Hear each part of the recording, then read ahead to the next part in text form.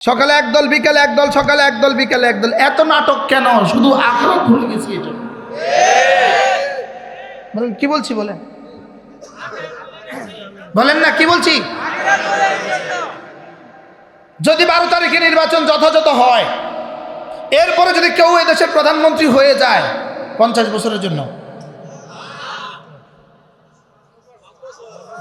পৃথিবীতে কত মানুষ আছে 5 বছর শেষ করতে পারে নাই?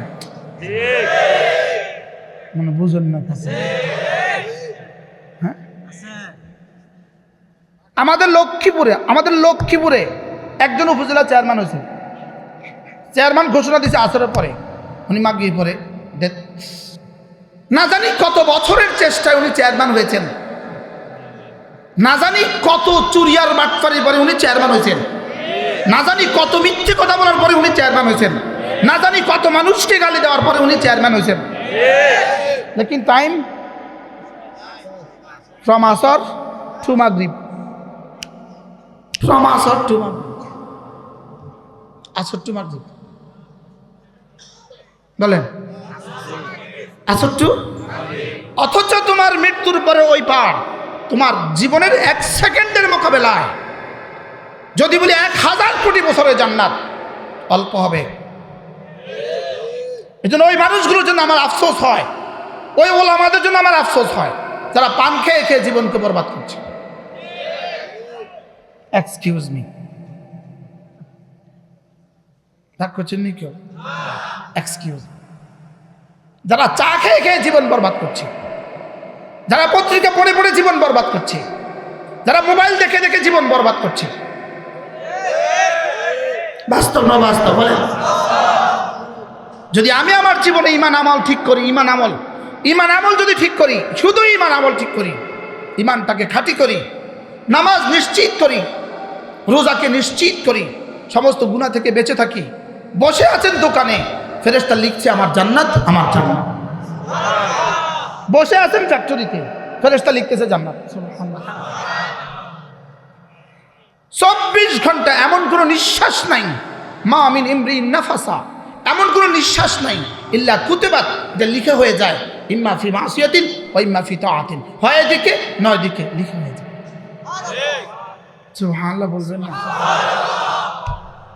মা মিন ইমরিন মানফুসাতিন, রাসূল বলেন মা মিন নাফাসিন মানফুসাতিন, এমন কোনো ব্যক্তি নাই ইল্লা ইয়ারাল্লাহু মাকানাহু ফিল জান্নাতি ওয়ান নার, রব্বে কারীম এই মুহূর্তে দেখছেন তার জান্নাত আর জাহান্নাম সে কোথায় আছে, রব এটা দেখছেন।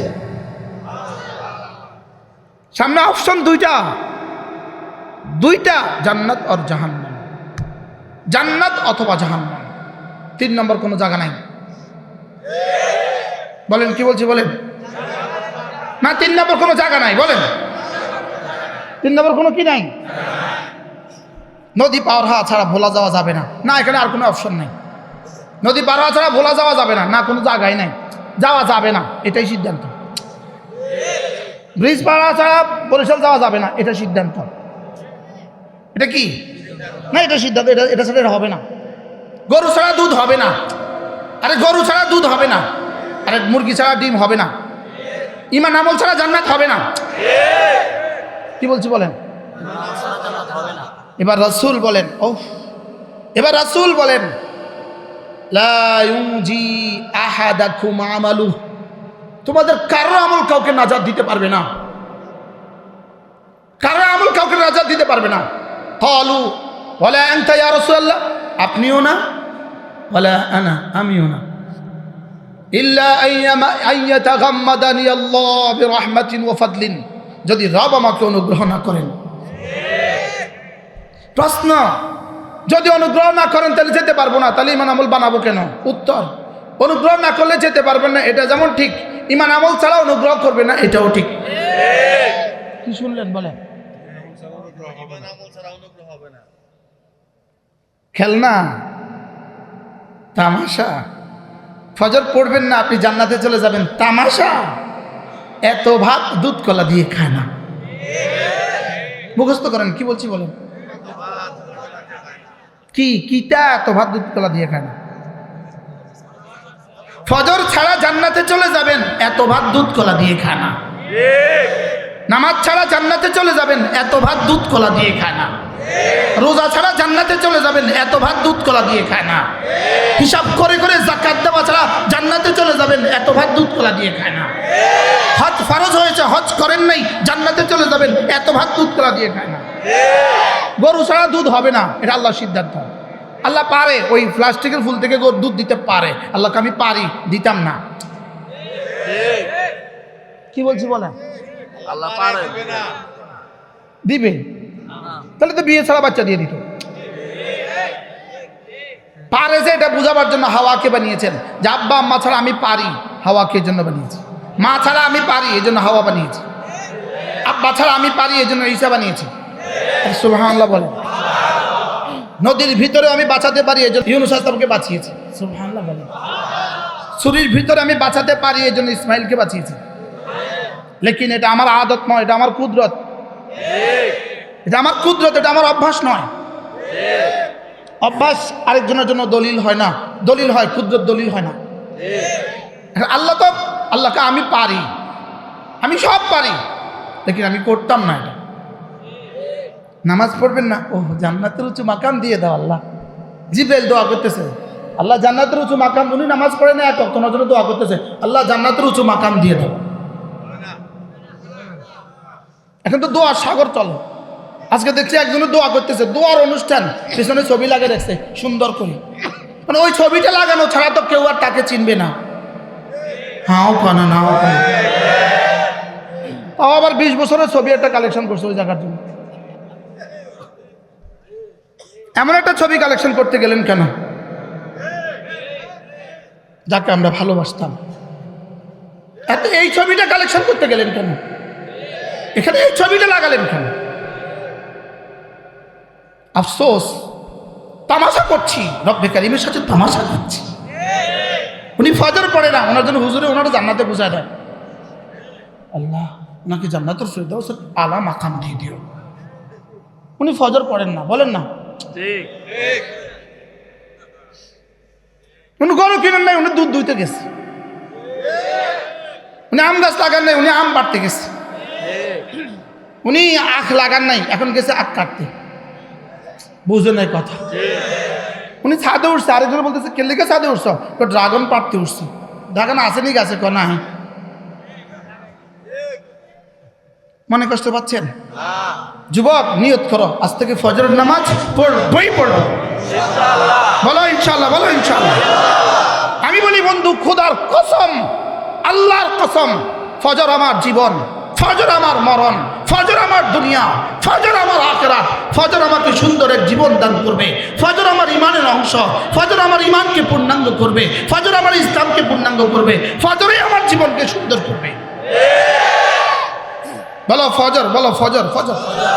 আমি জোয়ানদেরকে বলছি, জোয়ানদের মসজিদে গেলে ফজরে জোয়ান দেখা যায় না? বুড়ো জোয়ানরা কোথায়? হ্যাঁ, সারা পৃথিবী থেকে বয়ান শুনে, ইউরোপ, আমেরিকাতে, অস্ট্রেলিয়া, জাপানে আর চীনে বয়ান শুনে।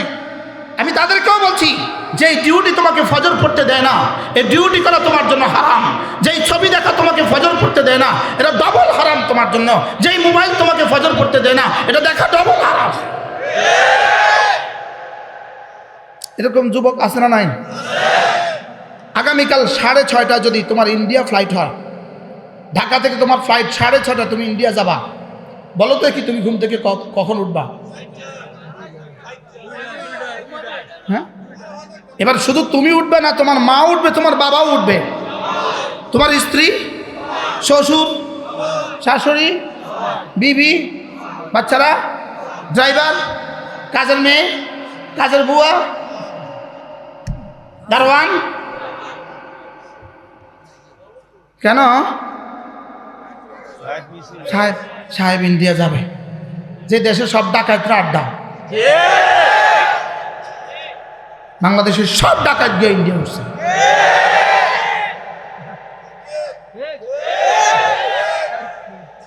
লেকিন 6:30 ফ্লাইট, সব উঠে গেছে। লেকিন দোস্ত, রাকাতা সালাতুল ফজরে খায়রুম মিনাদ দুনিয়া মা ফিহা।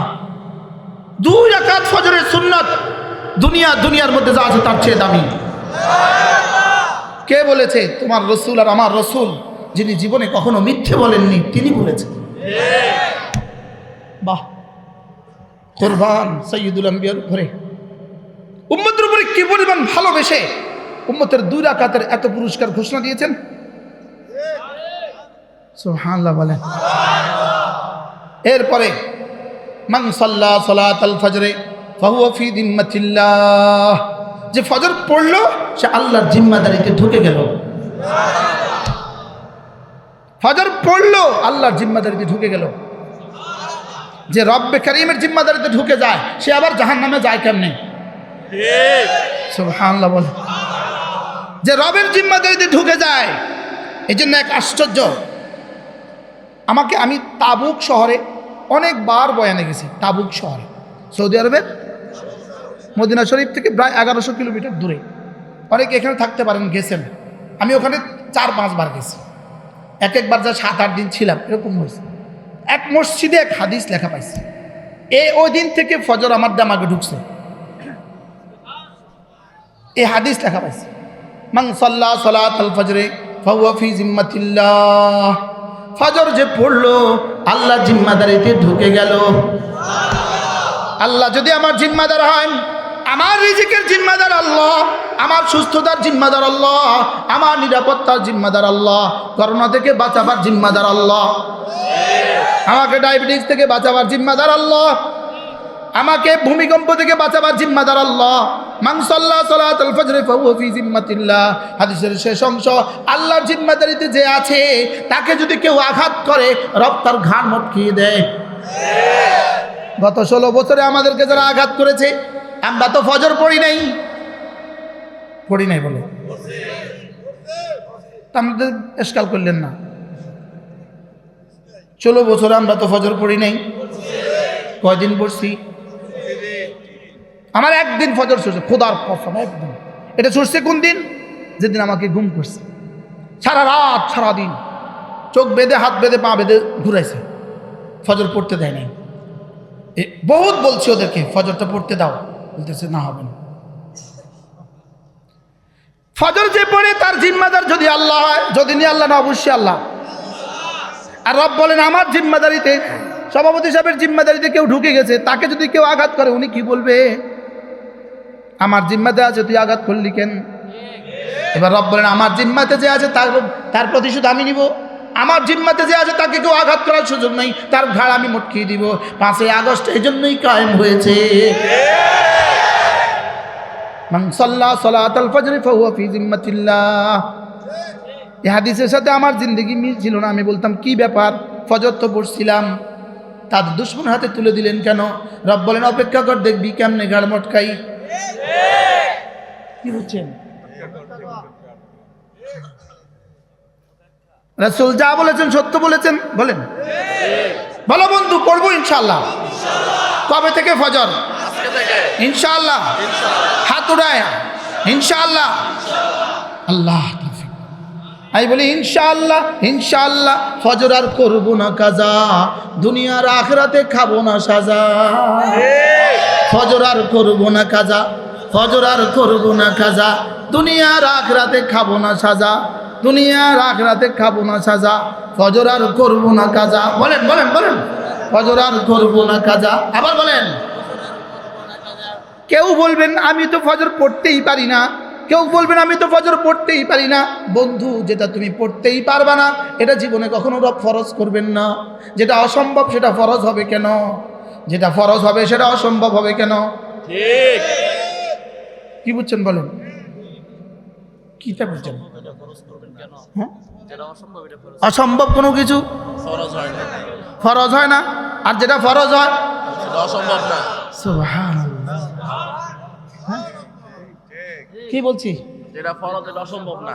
আচ্ছা, এখন আইসা যদি কোনো হুজুর আইসা বলে এই ফুলটা যে খাইবেন তার 100 টাকা পুরস্কার, মাথা খারাপ, এটা খাবার জিনিস। কি 1 লাখ টাকা পুরস্কার?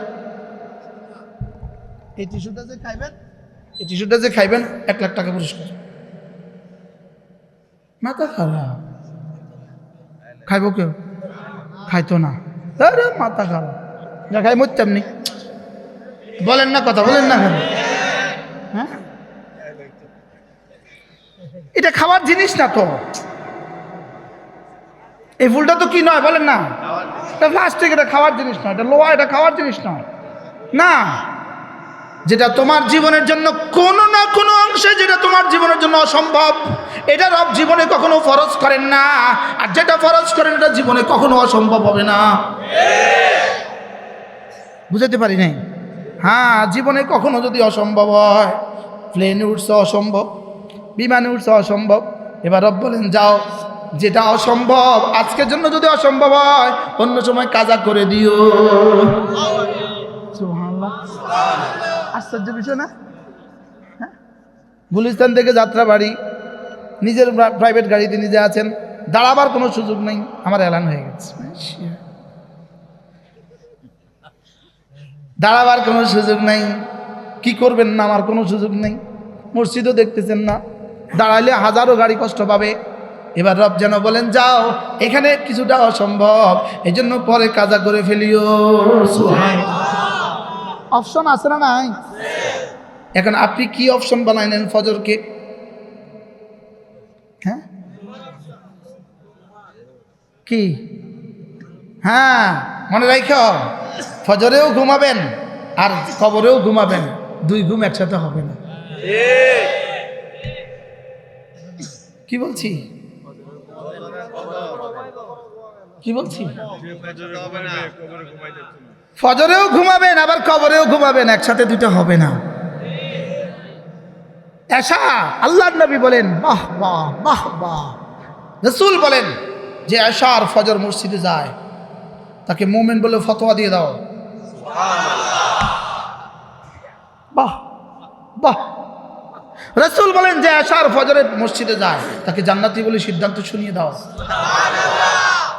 রাসূল বলেন যে এশা আর ফজর জামাতের সাথে পড়ে সারা রাত জাগ্রত থাকলো বলে ফতোয়া লাগায় দাও। কি শোনাবো আপনাকে ফজরের কথা? ফজর ছাড়া যে জাতি, এই জাতির দুর্ভাগ্য কি হচ্ছে কি হবে রব ছাড়া কেউ জানে না। রব ছাড়া কেউ জানে না। এই জন্য একটা প্রজন্ম তৈরি হও, সব যুবক তৈরি হও যে আমরা আমাদের জাতিকে, আমি আমার কওমকে, আমি আমার গ্রামকে ফজর পড়িয়ে ছাড়বো ইনশাআল্লাহ। ফজর ক্যাম্পেইন, একটা দল তৈরি হও। আমি একটা দল করছি, আমার দলের নাম ফজর প্রজন্ম।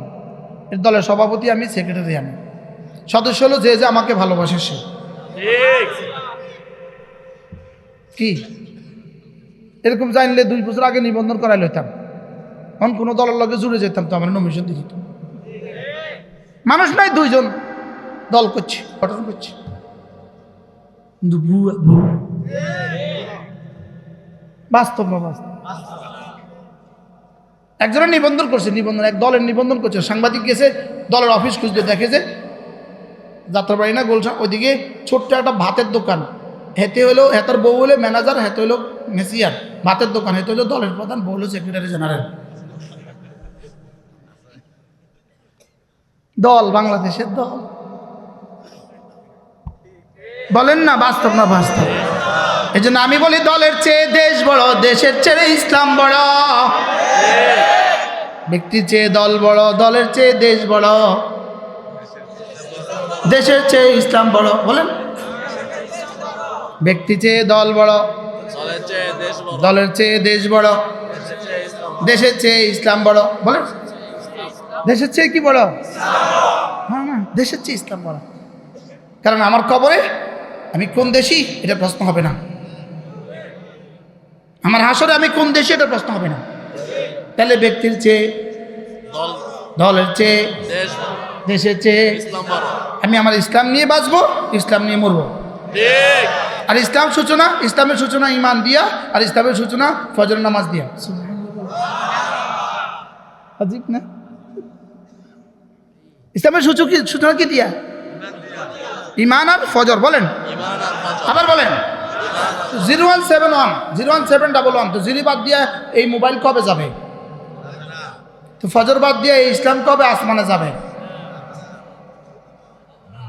বুঝে বলেন।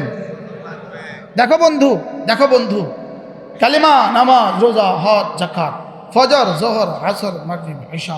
এখানে 5, এখানে 5। এত 5 কেন? শুধু গণার জন্য। কালিমা, নামাজ, রোজা, হজ, যাকাত, ফজর, জোহর, আসর, মাগরিব, ইশা। দেখো বন্ধু, চক্ষু, কর্ণ, নাসিকা, জিহ্বা, ত্বক, ফজর, জোহর, আসর, মাগরিব, ইশা। কালিমা, নামাজ, রোজা, হজ, যাকাত। দেখো বন্ধু, আরো আছে গোশত, রক্ত, হাড্ডি, মজ্জা। বলো গোশত, চামড়া, গোশত, রক্ত, হাড্ডি, মজ্জা। সুবহানাল্লাহ। দেখো বন্ধু, আরো আছে পাসপোর্ট, ভিসা, ডলার, টিকিট, বিমান। দেখো বন্ধু, আরো আছে ইট, বালু, সিমেন্ট, রড, পানি। ঠিক। সুবহানাল্লাহ বলেন। এই 5টা কোনটা বাদ দিলে ভবন হবে? শুধু পানিটা নাই। কবে এই রড আর সিমেন্ট কবে বাড়ি বানিয়ে দিবে আপনাকে? অথচ আমাদের দেশে পানি বিলাস, বিনামূল্যে। মসজিদে করার সময় পানি দিছে কত টাকা দিয়া? বিনামূল্যে। কিন্তু এটা ছাড়া এক ট্রাক বালি 2000 টাকা, শুধু 2000 টাকা দিয়ে এক ট্রাক বালি। লেকিন ওটা নাই, সিমেন্টের কেবল আমি পারতাম না। বলেন না বাস্তব না বাস্তব? পাসপোর্টও আছে, ভিসাও আছে, শুধু টিকিটটা নাই। পাসপোর্টও আছে, ভিসা আছে, টিকিটও আছে, শুধু ডলার নাই। সব আছে, শুধু বিমান নাই। হ্যাঁ, যেতে পারবে? সব তো বুঝছে দেখি মাশাআল্লাহ। হ্যাঁ, তো ফজর ছাড়া কেমনে যাবে আপনার ইসলামের গাড়ি? আরে বুঝে বলেন, ফজর ছাড়া কেমনে যাবে বলেন? এখন শুধু জুমাও পড়ে না এরকম মানুষও তো দেশে আছে। আছে না নাই? মানে হ্যাঁ, ইভেন ঈদের নামাজ পড়ে না এরকম মানুষের দেশে। আচ্ছা, ঈদের দিনে ঈদের মাঠের পাশে যেই দোকানগুলো বসছে, যে দোকান মেলা যে দোকানগুলো বসছে, ওই দোকানদাররা ঈদের নামাজের সময় মসজিদে আসেনি?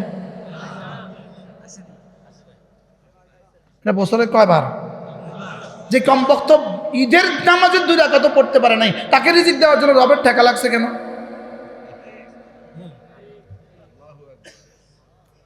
আছে না নাই বলেন?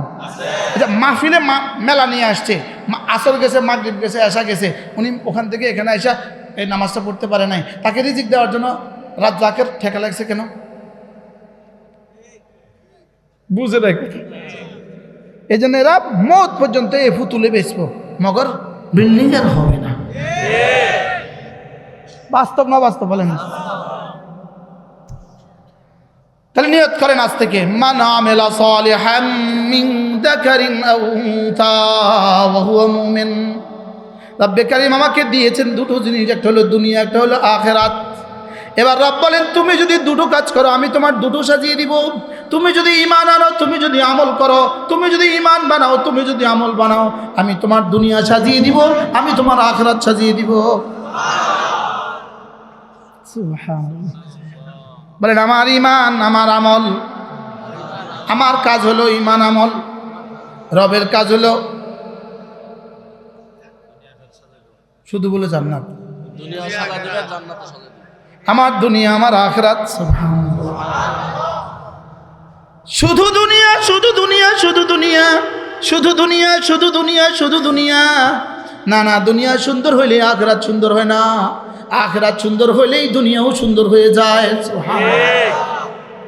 এই জন্য আমাদের দেশের ইমাম সাহেবদের বেতন 10,000, 12,000, 15,000, লেকিন কোন ইমামের আলহামদুলিল্লাহ কিস্তি নাই। বাস্তব না বাস্তব? হ্যাঁ, উচিত কি ছিল? এদেশে সিএনজিওয়ালার ডেলি ইনকাম কত? ডেলি যদি 1,000 হয়, মাসে 30,000। অটোওয়ালার ডেলি ইনকাম কত? ডেলি যদি 500 হয়, মাসে 15,000। এবার জরিপ চালান, কয়টা সিএনজিওয়ালার কত টাকা কিস্তি আছে? জরিপ চালান, কিস্তির অভাব নাই। বাস্তব না বাস্তব? হ্যাঁ, না এদেশের শিল্পপতিদের তো কিস্তি নাই। হ্যাঁ,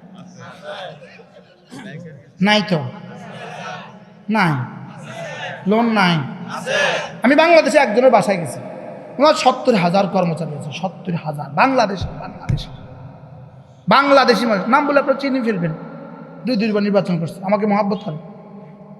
70,000 কর্মচারী ওনার প্রতি মাসে কাজ করে। উনি সচক্ষে স্বয়ং আমাকে বলেছে, হুজুর 3,000 কোটি টাকা লোন আছে।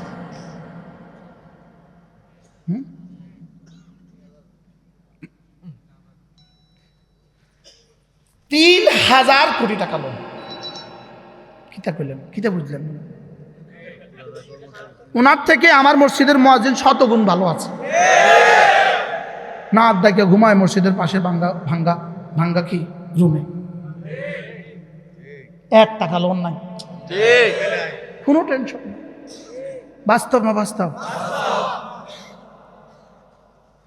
মান আমিলা সালিহান মিন যাকারিন আও উনসা ওয়া হুয়া মুমিন।